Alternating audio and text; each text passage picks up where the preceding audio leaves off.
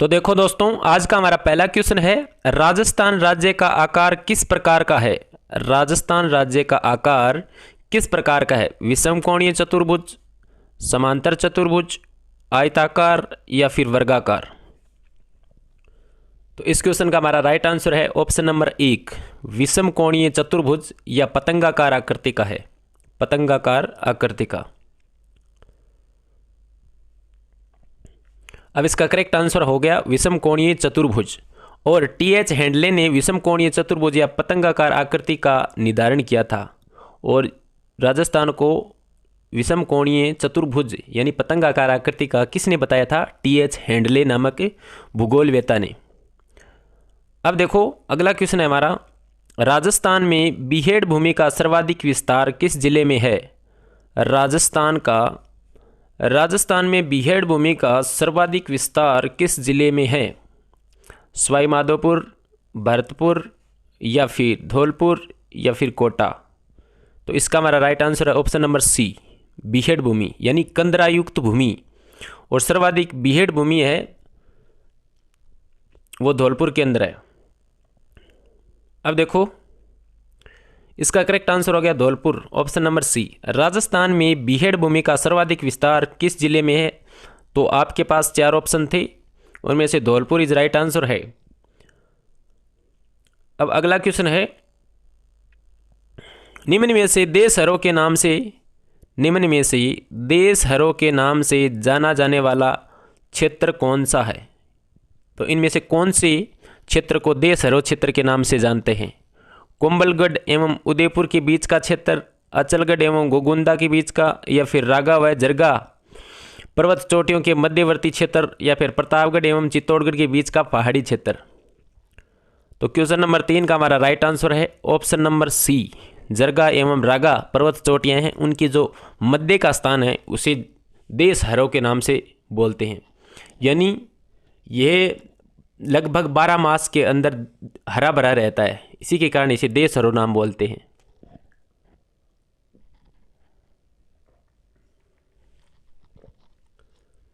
अब देखो अगला क्वेश्चन है हमारा क्वेश्चन नंबर 4।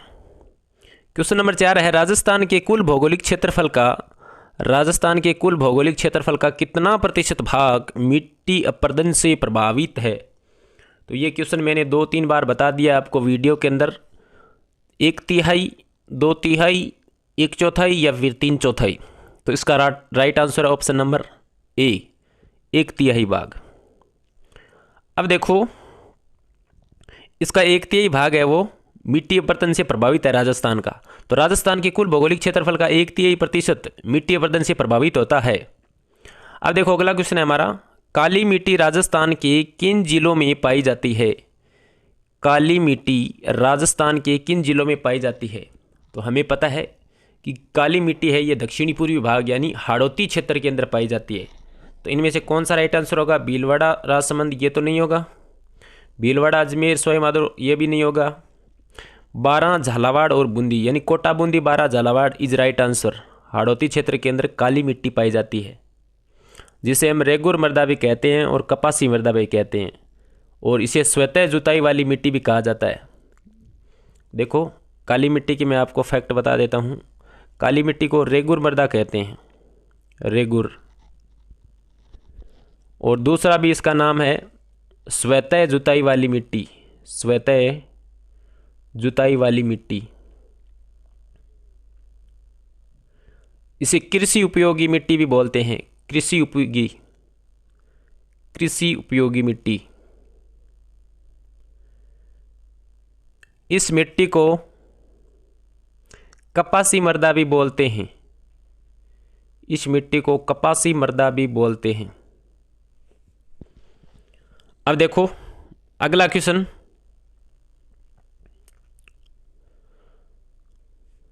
राजस्थान के बारां, झालावाड़ और बूंदी, कोटा के अंदर वे हमारी काली मृदा पाई जाती है। काली मिट्टी राजस्थान के भीलवाड़ा, अजमेर, सिरोही एवं सवाई माधोपुर जिलों में भी पाई जाती है।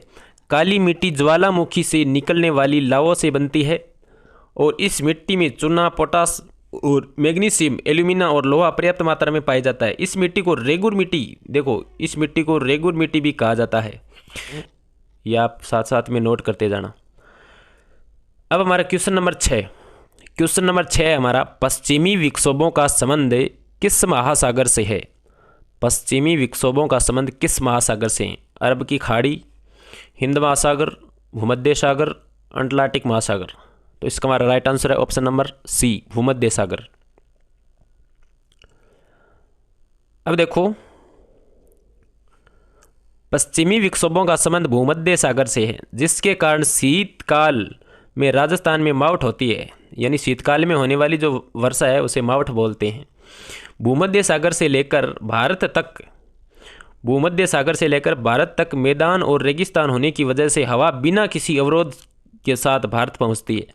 इसी हवा के कारण होने वाली बारिश को मावठ कहा जाती है। मावठ रबी की फसल के लिए बहुत उपयोगी है, और रबी की फसल के लिए इसे गोल्डन ड्रॉप, यानी मावठ को गोल्डन ड्रॉप भी कहा जाता है। गोल्डन ड्रॉप ये गेहूं की फसल के लिए बहुत उपयोगी होती है। अब देखो, अगला क्वेश्चन है हमारा,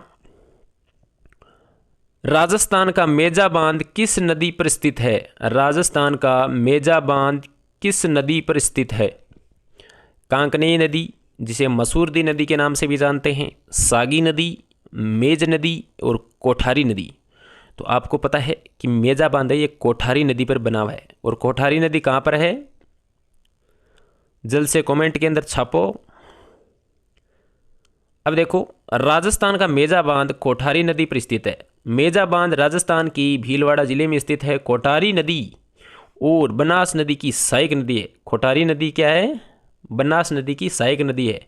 यह नदी राजस्थान के राजसमंद जिले की दिवेर की पहाड़ियों से निकलती है। कोठारी नदी की लंबाई है वो 145 किलोमीटर है। 145 किलोमीटर कोठारी नदी की लंबाई है।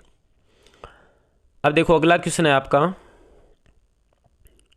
सागौन के वन या फिर सागवान के वन राजस्थान के किस क्षेत्र में पाए जाते हैं? पूर्वी और दक्षिणी क्षेत्र में, पूर्वी क्षेत्र में, दक्षिणी क्षेत्र में या फिर पश्चिमी दक्षिणी क्षेत्र में? तो इसका हमारा राइट आंसर है ऑप्शन नंबर सी। अब देखो, सागौन वन राजस्थान के दक्षिणी क्षेत्र में पाए जाते हैं। सागौन एक द्विबीजपत्री पौधा होता है।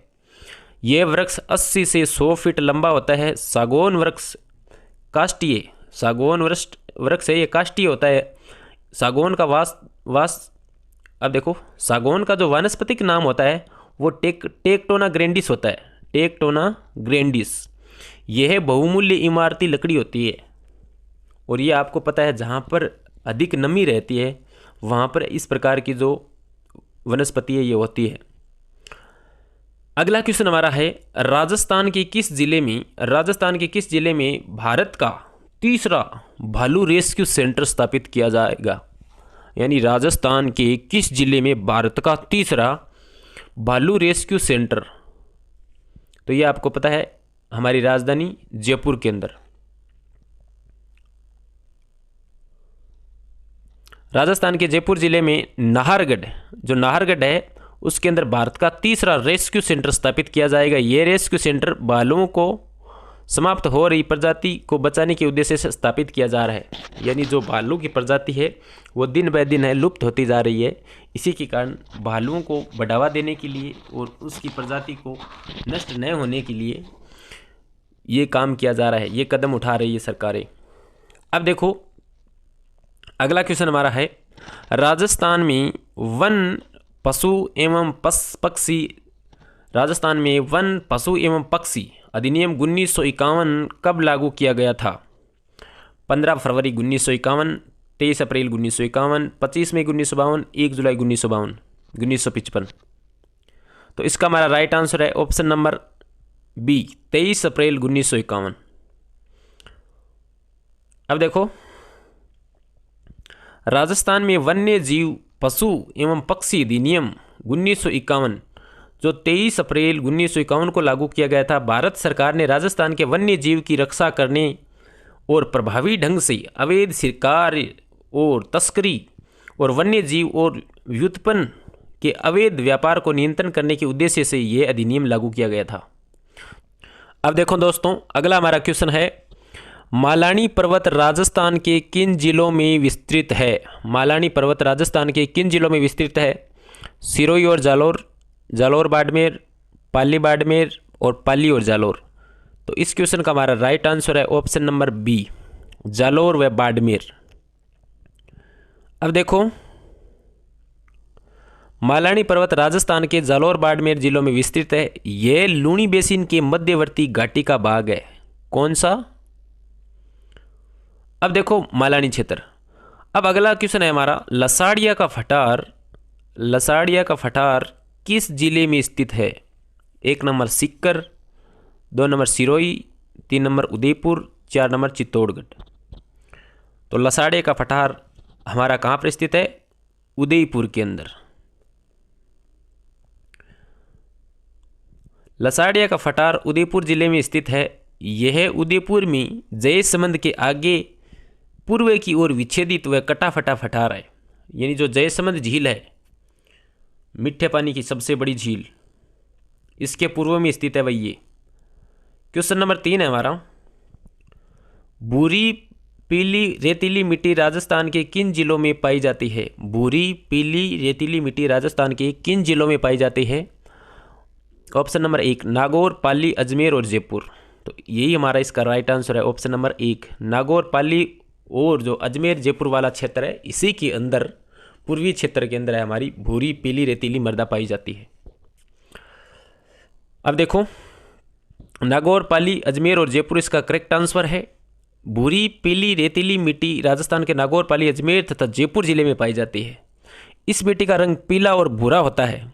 इस मिट्टी के कण है वो मोटाई में मध्यम होते हैं और नाइट्रोजन और कार्बनिक पदार्थों की कमी होने के कारण उर्वरा शक्ति इसकी कमजोर होती है। इस मिट्टी को अरावली के पश्चिम में रेत के टीलों वाले क्षेत्र में पाए जाने के कारण इसे धूसर मरुस्थलीय मिट्टी भी कहा जाता है। बड़े इंटरेस्टिंग फैक्ट है। अगला क्वेश्चन हमारा है, निम्नलिखित में से राजस्थान का जलप्रपात है? निम्नलिखित में से राजस्थान का जलप्रपात है, कौन सा जलप्रपात है जो राजस्थान में है? ऑप्शन नंबर 1, मेनाल, गौतम धारा, सदनी और राजप्पा। तो क्वेश्चन नंबर 1 का जो 4 का हमारा राइट आंसर है ऑप्शन नंबर 1। अब देखो, मेनाल है वो राजस्थान का जलप्रपात है। अगला क्वेश्चन हमारा है, खेजड़ली गांव राजस्थान के किस जिले में स्थित है? खेजड़ली गांव राजस्थान के किस जिले में स्थित है? जयपुर, जोधपुर, बीकानेर और उदयपुर। तो इसका हमारा राइट आंसर है ऑप्शन नंबर बी, जोधपुर। देखो, इसका करेक्ट आंसर हो गया जोधपुर। खेजड़ली गांव राजस्थान के जोधपुर जिले में स्थित है। खेजड़ली गांव खेजड़ली आंदोलन यानी खेजड़ी आंदोलन के लिए प्रसिद्ध है। खेजड़ली गांव के लोगों ने पर्यावरण संरक्षण हेतु पेड़ों को बचाने के लिए 363 विश्नोई समाज के लोगों ने प्राणों को जो बलिदान की है, आहुति दे दी थी। तो जो इंटरेस्टिंग फैक्ट है वो आप साथ साथ में नोट करते जाना। उड़न गिलहरी राजस्थान के किस अभयारण्य में पाई जाती है? तो सबसे पहले मेरा आपका ये क्वेश्चन है कि उड़न गिलहरी है राजस्थान के किस जिले का शुभंकर है? तो मैं आपको बता देता हूँ, उड़न गिलहरी राजस्थान के प्रतापगढ़ जिले का शुभंकर है। अब आप बता दो कि इनमें से कौन सा है जो प्रतापगढ़ के अंदर स्थित है वन्य जीव अभयारण्य? केला देवी है, सीता माता है, राष्ट्रीय चंबल अभयारण्य, चंबल घड़ियाल अभयारण्य या फिर मुकुंदरा हिल्स है? तो इसका हमारा राइट आंसर है ऑप्शन नंबर बी, सीता माता वन्य अभयारण्य की उड़न गिलहरी प्रसिद्ध है। अब देखो, इसका करेक्ट आंसर हमारा सीता माता वन्य अभयारण्य हो जाएगा। उड़न गिलहरी राजस्थान के सीता माता अभयारण्य में महुआ वृक्ष पर पाई जाती है। किस वृक्ष पर पाई जाती है? महुआ। उड़न गिलहरी का वैज्ञानिक नाम है टेरोमाइनी या फिर पेटोरिस्टाइनी। यह कृंतक, यह परिवार के जंतु है और इसमें पाल उड़ान की क्षमता रखते हैं और इसके विश्व भर में 44 लगभग जीव वैज्ञानिक जातियाँ हैं, 12 इसकी जातियाँ और 44 इसकी जीव वैज्ञानिक जातियाँ हैं। तो इसी प्रकार इसका जीवन काल है वो लगभग 6 वर्ष तक माना जाता है। तो ये जो इंटरेस्टिंग फैक्ट है वो अपनी नोटबुक के अंदर काम में आने वाले हैं, उसको नोट करते रहना। अगला क्वेश्चन हमारा है, एशिया का सबसे बड़ा कृषि फार्म राजस्थान के किस जिले में स्थित है? एशिया का सबसे बड़ा कृषि फार्म राजस्थान के किस जिले में स्थित है? ऑप्शन नंबर 1, गंगानगर, उदयपुर, जोधपुर और भरतपुर। तो इसका हमारा राइट आंसर है ऑप्शन नंबर 1 श्री गंगानगर। और श्री गंगानगर के किस शहर के अंदर है? तो सूरतगढ़ के अंदर। अब देखो, एशिया का सबसे बड़ा कृषि फार्म राजस्थान के श्री गंगानगर जिले के सूरतगढ़ में स्थित है। ये कृषि फार्म की स्थापना 15 अगस्त 1956 को की गई थी। ये करीब 40 प्रकार के उन्नत बीजों का प्रोडक्शन होता है यहाँ पर, जो राजस्थान सहित देश के विभिन्न राज्यों में निर्यात किया जाता है। बहुत इंपॉर्टेंट क्वेश्चन है, हर बार क्वेश्चन आते हैं यहाँ से। अब देखो अगला क्वेश्चन है हमारा, राजस्थान की प्रथम सिंचाई परियोजना जिसमें केवल फव्वारा सिंचाई पद्धति से ही सिंचाई करने का प्रावधान है। लसाड़िया बांध परियोजना, मुंडोती सिंचाई परियोजना, सोम परियोजना या फिर नारायण सागर बांध परियोजना। तो इस क्वेश्चन का हमारा right answer option number D Narayan Sagar बांध परियोजना। क्वेश्चन नंबर 9 है हमारा, राजस्थान में सिंचित क्षेत्र के कितने प्रतिशत भाग में नहरों द्वारा सिंचाई की जाती है? 20 से 25%, 25 से 30 या फिर 30 से 35 या 35 से 40। तो इस क्वेश्चन का हमारा राइट आंसर है लगभग 30 से 35%। अब देखो, तो इसका हमारा करेक्ट आंसर हो जाएगा 30 से 35%। राजस्थान के सिंचित क्षेत्र के लगभग 30 से 35% भाग है वो नहरों के द्वारा सिंचित है। अब नेक्स्ट क्वेश्चन है आपका, राजस्थान यानी किस नस्ल के बैल द्वारा अधिक बोझा ढोने के लिए प्रसिद्ध है? यानी कौन सी नस्ल का बैल है वो अधिक बोझा ढोता है? सांचौरी नस्ल का, मालवी, हरियाणवी या फिर कोंकरेजी। तो इसका हमारा राइट आंसर है ऑप्शन नंबर डी कोंकरेजी जो नस्ल का बैल होता है वो सबसे अधिक बोझा ढोता है। तो कोंकरेज नस्ल के बैल अधिक बोझा ढोने के लिए प्रसिद्ध है। इस नस्ल के बैल कठोर भूमि को जोतने एवं तीव्र गति के लिए प्रसिद्ध है। तो चलो दोस्तों, आज के लाइव सेशन को हम यहीं पर एंड करते हैं। भगवान करे आपका दिन शुभ और मंगलमय हो। इसी आशा और उम्मीद के साथ जय हिंद, जय भारत।